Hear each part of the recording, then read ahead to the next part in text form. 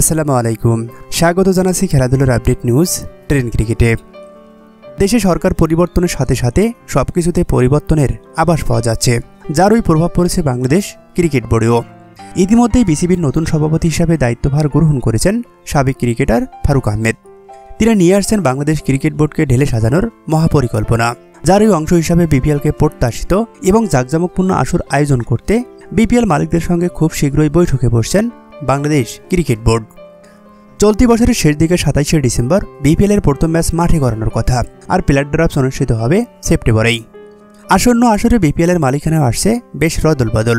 কারা পাচ্ছেন নতুন মালিকানা, আসুন এক নজরে দেখে নেওয়া যাক।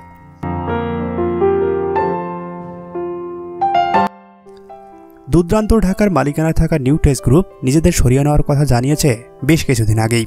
তবে সুখবর হচ্ছে ঢাকার নতুন মালিকানা নিচ্ছে রূপালী পর্দা কাঁপানো সুপারস্টার সাকিব খানের ব্যবসা প্রতিষ্ঠান রিম্যাক হারল্যান্ড। রূপালী পর্দার জগৎ থেকে তিনি এবার নাম লেখালেন ক্রিকেট অঙ্গনে। ইতিমধ্যেই সাইনিং মানি সহ কেনার আনুষ্ঠানিক প্রক্রিয়া সম্পন্ন করেছেন বলে বিশেষ একটি সূত্র থেকে জানা গিয়েছে। গত কয়েকটি আসরের মতো এবারও রংপুরের মালিকানা থাকছে বসুন্ধরা গ্রুপের হাতে। সেই সাথে গত আসরের চ্যাম্পিয়ন ফরচুন বরিশালের মালিকানা থাকছে ফরচুন গ্রুপের হাতে। তবে বিপিএলের সবচেয়ে ফেভারিট দল কুমিল্লা ভিক্টোরিয়ান্সের মালিক নাফিসা কামাল ইতিমধ্যেই দেশ ছেড়ে পালিয়ে গেছেন। সেক্ষেত্রে নতুন মালিকানায় দেখা যেতে পারে কুমিল্লা ভিক্টোরিয়ান্সকে। চট্টগ্রামের ক্ষেত্রেও মালিকানায় আসছে বিশেষ পরিবর্তন। সেই সাথে পরিবর্তন ঘটতে পারে ফ্র্যাঞ্চাইজিটির নামের ক্ষেত্রেও।